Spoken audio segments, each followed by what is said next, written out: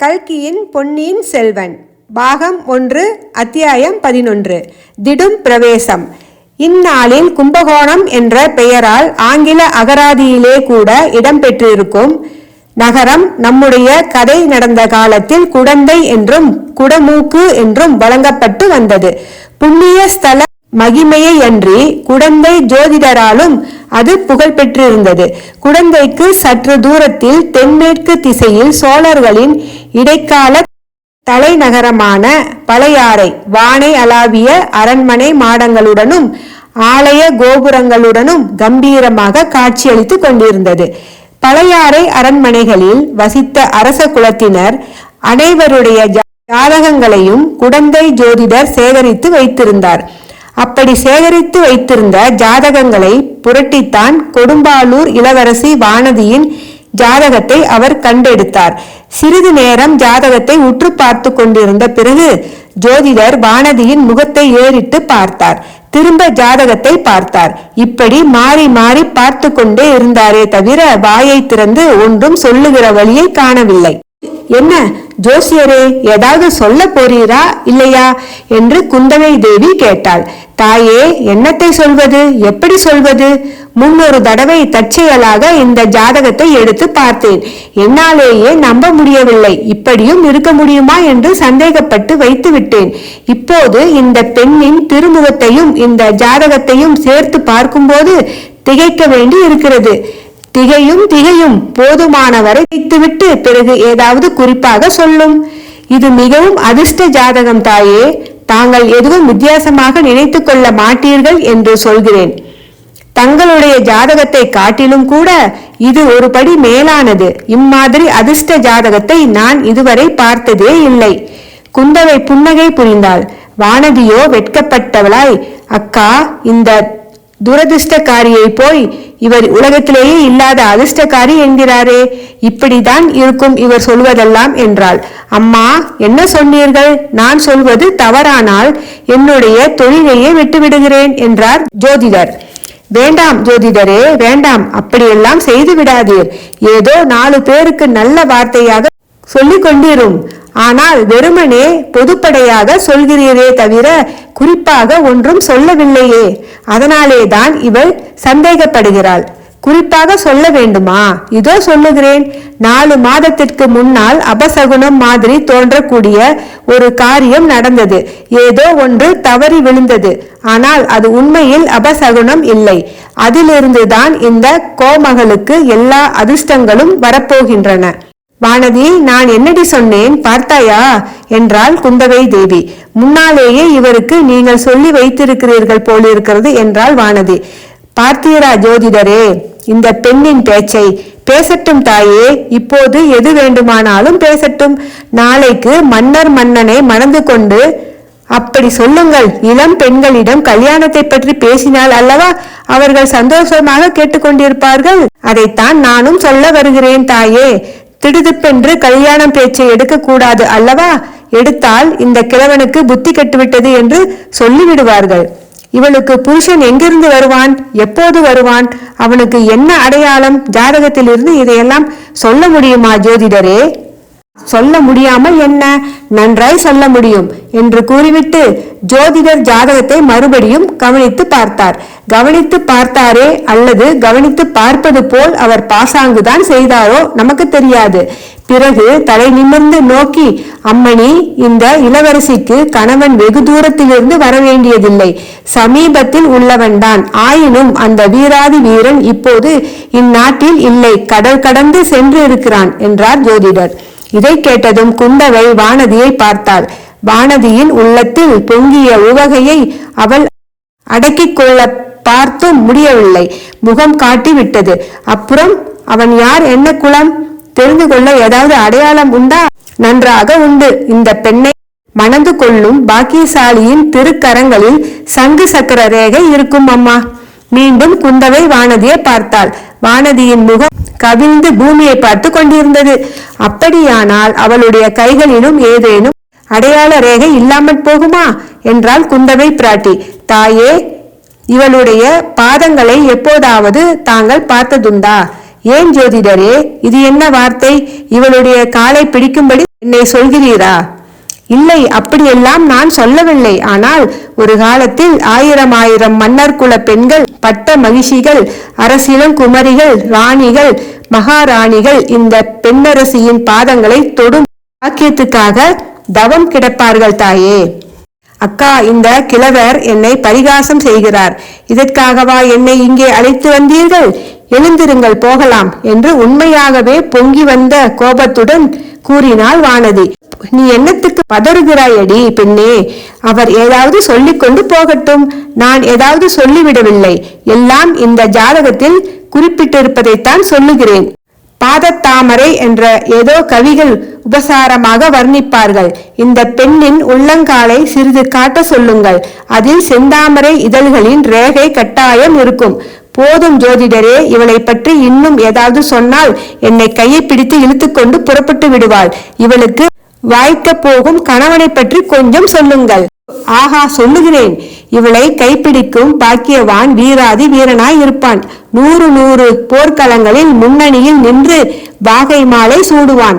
மன்னாதி மன்னனாய் இருப்பான். 1000 அரசர்கள் போற்ற சக்கரவர்த்தியின் சிம்மாசனத்தில் பன்னெடுங்காலம் வீற்றிருப்பான். நீர் சொல்வதை நான் நம்பவில்லை. அது எப்படி நடக்க முடியும் என்று கேட்ட குந்தவை தேவியின் முகத்திலே ஆர்வமும் மகிழ்ச்சியும் ஐயமும் கவலையும் கலந்து தாண்டவமாடின.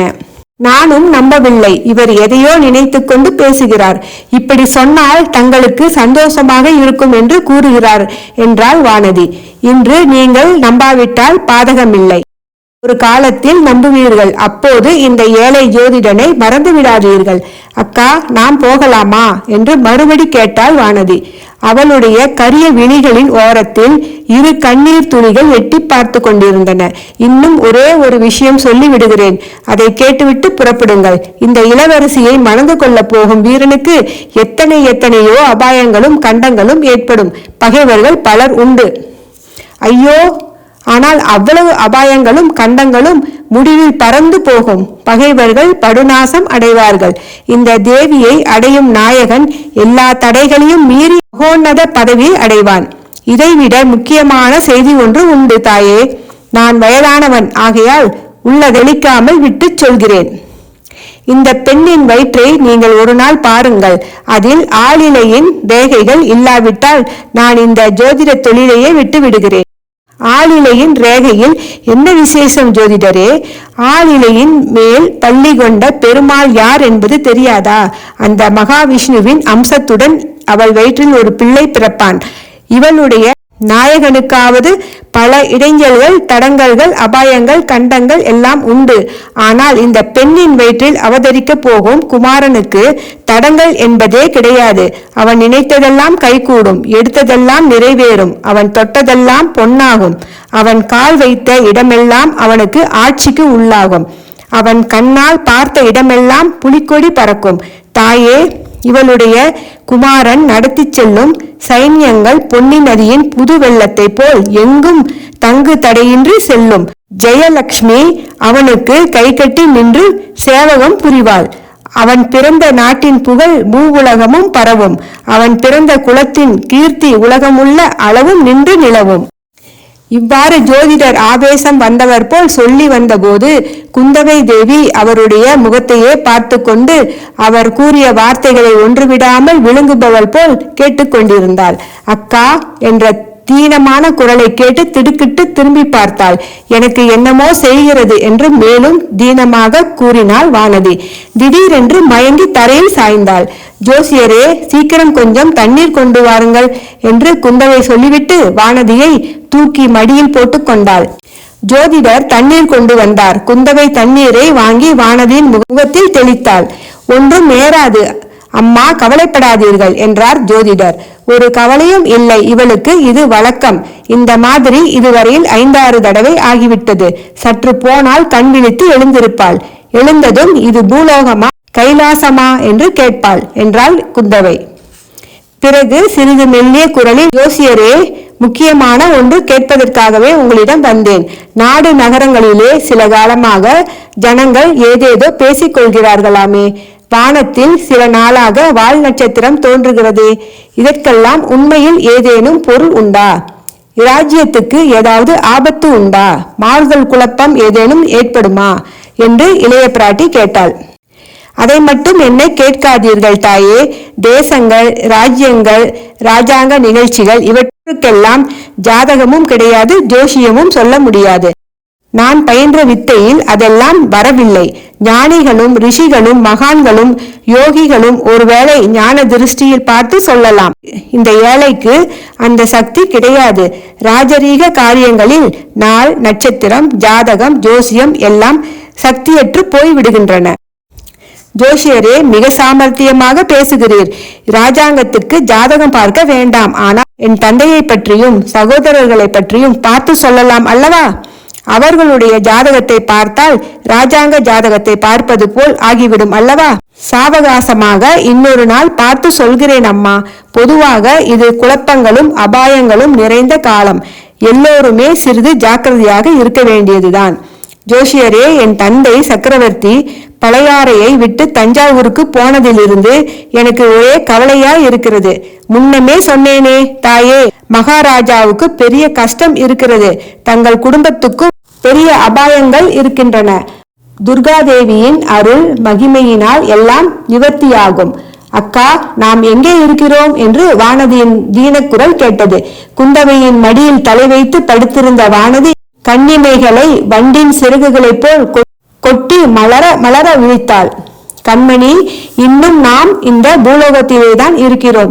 சொர்க்கலோகத்துக்கு அழைத்து போக புஷ்பக விமானம் இன்னும் வந்து சேரவில்லை. எழுந்திரு, நம்முடைய குதிரை பூட்டிய ரதத்திலேயே ஏறிக்கொண்டு அரண்மனைக்கு போகலாம் என்றாள் குந்தவை. வானதி எழுந்து உட்கார்ந்து கொண்டு, நான் மயக்கம் போட்டு விழுந்து விட்டேனா என்றாள். மயக்கம் போடவில்லை, அக்காவின் மடியில் படுத்து கொஞ்சம் தூங்கிவிட்டாய். தாலாட்டு கூட பாடினேன். உன் காதில் விழவில்லையா? கோபிக்காதீர்கள் அக்கா, என்னை அறியாமலேயே தலை கிறுகிறுத்து வந்து விட்டது.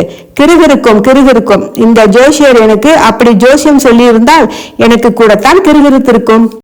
அதனால் இல்லை அக்கா, இவர் சொன்னதையெல்லாம் நான் நம்பிவிட்டேனா?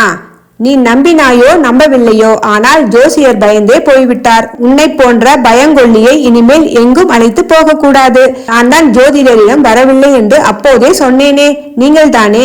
என் குற்றம்தான். எழுந்திரு, போகலாம். வாசல் வரையில் 4 அடி நடக்க முடியுமா? இல்லாவிட்டால் இடுப்பில் எடுத்து வைத்துக் கொண்டு போக வேணுமா? வேண்டாம், நன்றாய் நடக்க முடியும். சற்று பொறுங்கள் தாயே, தேவியின் பிரசாதம் தருகிறேன், வாங்கி கொண்டு போங்கள் என்று ஜோசியர் சொல்லிவிட்டு ஓலை சுவடிகளை கட்டத் தொடங்கினார். ஜோசியரே, எனக்கு என்னவெல்லாமோ சொன்னீர்கள், அக்காவுக்கு ஒன்றுமே சொல்லவில்லையே என்று வானதி கூறினாள். அம்மா, இளைய பிராட்டிக்கு எல்லாம் சொல்லி இருக்கிறேன். புதிதாக என்ன சொல்ல வேண்டும்? அக்காவை மணந்து கொள்ள போகும் வீராதி வீரர் அசகாய சூரர். அக்காவை மணந்து கொள்ள போகும் வீராதி வீரர் அசகாய சூரர் என்று குந்தவை குறுக்கிட்டு சொன்னாள். சந்தேகம் என்ன? மகா பராக்கிரமசாலியான ராஜகுமாரர், 32 சாமுத்திரிகா லட்சணமும் பொருந்தியவர், புத்தியில் பிரகஸ்பதி, வித்தையில் சரஸ்வதி, அழகிலே மன்மதன், ஆற்றலில் அர்ஜுனன். இளைய பிராட்டிக்கு ஏற்ற அந்த சுகுமாரரான ராஜகுமாரர் எங்கிருந்து எப்போது வருவார்? வருகிறார் தாயே, வருகிறார். கட்டாயம் வரப்போகிறார். அதிசீக்கிரத்திலேயே வருவார். எப்படி வருவார்? குதிரை மேல் வருவாரா? ரதத்தில் ஏறி வருவாரா? யானை மேல் வருவாரா? கால்நடையாக வருவாரா? அல்லது நேரே ஆகாசத்திலிருந்து கூரையை பொத்துக்கொண்டு வந்து குதிப்பாரா என்று குந்தவை தேவி கேலியாக கேட்டாள். அக்கா, குதிரை காலடி சத்தம் கேட்கிறது என்று வானதி சிறிது பரபரப்புடன் சொன்னாள். ஒருவருக்கும் கேளாதது உனக்கு மாத்திரம் அதிசயமாய் கேட்கும். இல்லை, வேடிக்கைக்கு சொல்லவில்லை. இதோ கேளுங்கள். உண்மையாகவே அப்போது வீதியில் குதிரை ஒன்று விரைந்து வரும் காலடி சத்தம் கேட்டது. கேட்டால் என்னடி, குடந்தை பட்டணத்தின் வீதிகளில் குதிரை போகாமலாயிருக்கும் என்றாள் குந்தவை. இல்லை, இங்கே வருகிறது மாதிரி தோன்றியது. உனக்கு ஏதாவது விசித்திரமாக தோன்றும். எழுந்திரு, போகலாம். இச்சமயத்தில் அந்த வீட்டின் வாசலில் ஏதோ குழப்பமான சப்தம் கேட்டது. குரல் ஒலிகளும் கேட்டன. இதுதானே ஜோசியர் வீடு? ஆமாம். நீ யார்? ஜோசியர் இருக்கிறாரா? உள்ளே போகக்கூடாது. அப்படித்தான் போவேன். விடமாட்டேன். ஜோசியரை பார்க்க வேண்டும். அப்புறம் வா. அப்புறம் வர முடியாது, எனக்கு மிக்க அவசரம். அடே அடே, நில் நில், சற்று விலகிப்போ. தடுத்தாயோ கொன்று விடுவேன். ஐயா ஐயா, வேண்டாம், உள்ளே போக வேண்டாம். இத்தகைய குழப்பமான கூச்சல் நெருங்கி நெருங்கி கேட்டது. படார் என்ற வாசற்கதவு திறந்தது. அவ்வளவு பிரமாதமான தடபுடலுடன் ஒரு வாலிபன் உள்ளே திடும் பிரவேசமாக வந்தான். அவனை பின்னால் இருந்து தோள்களை பிடித்து இழுக்க ஒருவன் முயன்று கொண்டிருந்தான். வாலிபன் திமிரிக்கொண்டு வாசற்படியை கடந்து உள்ளே வந்தான். வந்த வாலிபன் யார் என்று வாசகர்கள் ஊகித்திருப்பார்கள். நமது வீரன் வந்தியத்தேவன் தான். வீட்டுக்குள்ளே இருந்து 3 பேருடைய கண்களும் ஏக காலத்தில் அவ்வீரனை பார்த்தன. வந்தியத்தேவனும் உள்ளிருந்தவர்களை பார்த்தான்.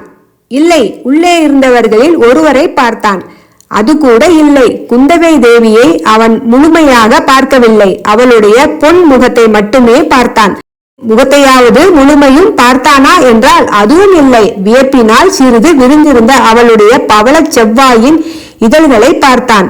கம்பீரமும் வியப்பும் குறும்பு சிரிப்பும் ததும்பி இருந்த அவளுடைய அகன்ற கண்களை பார்த்தான். கண் இமைகளையும் கரிய புருவங்களையும் பார்த்தான். குங்கும சிவப்பான குளிர்ந்த கன்னங்களை பார்த்தான். சங்கையொத்த வலுவழுப்பான கழுத்தை பார்த்தான். இவ்வளவையும் ஒரே சமயத்தில் தனித்தனியாக பார்த்தான். தனித்தனியாக அவை அவன் மனதில் பதிந்தன.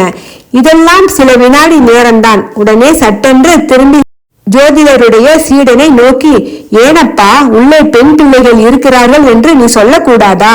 சொல்லி இருந்தால் நான் இப்படி வந்திருப்பேனா என்று கேட்டுக்கொண்டே சீடனை மறுபக்கம் தள்ளிக்கொண்டு வாசற்படியை மீண்டும் கடந்தான். ஆயினும் வெளியில் போவதற்குள் இன்னும் ஒரு தடவை குந்தவை தேவியை திரும்பி பார்த்துவிட்டு தான் போனான். அடே அப்பா, புயலடித்து ஓய்ந்தது போல் அல்லவா இருக்கிறது என்றாள் குந்தவை பிராட்டி. இன்னும் ஓய்ந்தபாடில்லை, அதோ கேளுங்கள் என்றாள் கொடும்பாளூர் இளவரசி. வாசலில் இன்னமும் வந்தியத்தேவனுக்கும் ஜோதிடரின் சீடனுக்கும் தர்க்கம் நடந்து கொண்டிருந்தது. ஜோசியரே, இவர் யார் என்றாள் குந்தவை. தெரியாது தாயே, யாரோ அசலூர்காரர் மாதிரி இருக்கிறது. பெரிய முரட்டு பிள்ளை என்று தோன்றுகிறது. குந்தவை திடீரென்று எதையோ நினைத்து கொண்டு கலகலவென்று சிரித்தாள். எதற்காக அக்கா சிரிக்கிறீர்கள்?